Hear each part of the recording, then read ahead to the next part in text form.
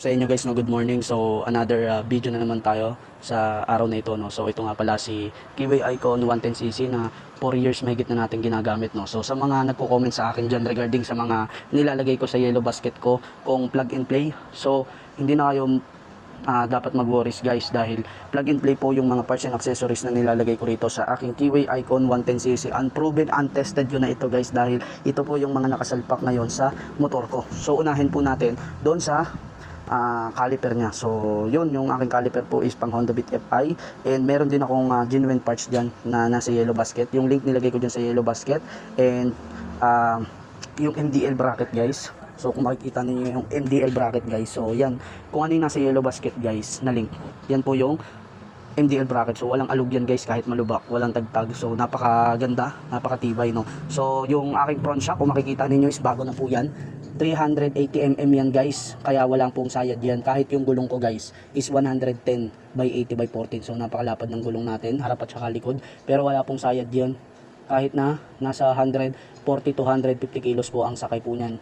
So meron tayong MDL bracket guys. So meron tayong throttle cable, kagaya sa mga nagko-comment sa akin kung ano nga ba yung unang dapat na meron sila na parts. So marerecommend ko sa inyo si throttle cable guys, dahil kapag naputulan kayo ng throttle cable, mahirap po yung mahanap sa mga shop. So may tendency na hindi nyo mapaandar yung motor nyo dahil wala kayo mabibilhan na swak sa Icon natin, no? So sa speedometer meron tayo sa yellow basket guys. So halos lahat ng mga nilalagay ko sa yellow basket guys, plug and play yan. Yung carburetor kung gusto niyo magpalit ng bago, yung piston kung gusto niyo magpalit ng bago guys, meron tayo niyan sa yellow basket. Lalong lalo guys yung regulator, no, isa sa maganda rin yan kapag bago pa lang yung motor niyo, para meron kayong pang reserba na plug and play sa Kiwi Icon 110cc natin. So napakalaga niyan guys, dahil yan yung power source ng motor natin. Kasi kapag nasira yung regulator natin, hindi nyo mapapa-ilaw yung motor ninyo kahit na busina. Walang ilaw yan guys. Mapapaandar nyo yung motor ninyo dahil sa kickstart, pero sa push start hindi siya gagana. So napakahalaga nyan guys. And aside from that guys, si Kiwi Icon 110cc natin, sa mga nagtatanong sa akin kung paano ko nga ba siya napaabot ng ganito katagal. So una lang is, simula nung naka 500 kilometers ako guys, nung bago pa lang yung motor ko. So sinunod ko yung nasa manual na kailangan mag-change oil tayo. So yun, nung nag-change oil ako guys, ang ginamit ko na langis doon is Pertua Racing guys, yung fully synthetic guys. Napakaganda niya sa makina dahil ginagamit siya sa mga circuit, no? Ginagamit siya sa circuit, yung mga re-racing, no? So napakaganda niya sa makina, lalo't yung engine natin is Taiwan brand.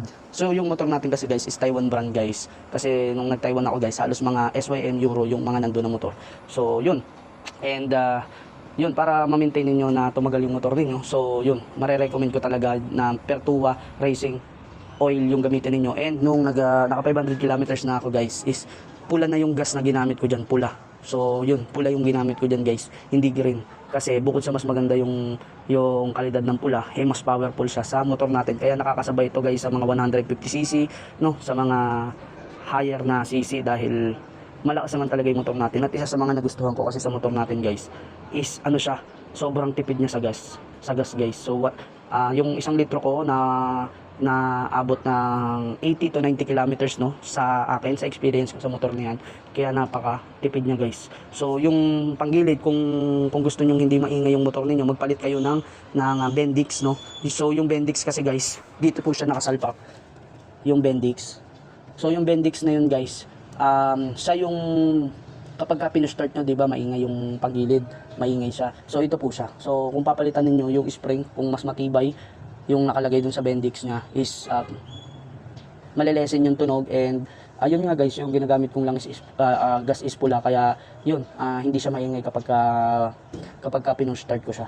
So kahit kickstart, hindi na siya maingay ngayon kasi nasanay na siya nasanay na kasi yung makina niya guys, kasi pula yung ginamit ko. So effective din. And kapag namamatayan kayo guys, meron ditong minor sa seat compartment natin. Andyan yung pihitan ng minor guys. So pag namatayan kayo, pihitin nyo lang, pataasin nyo lang yung minor ninyo. And kapag nabuhay yung motor ninyo after 3 minutes, tsaka nyo ibalik sa dati. So hindi na kayo mamamatayan yun guys. And kung talagang hindi na gumagana yung motor ninyo kahit kickstart, may tendency na ang problema nyo is yung carburetor. So palinisan nyo lang yung carburetor, pacheck nyo lang yung wirings.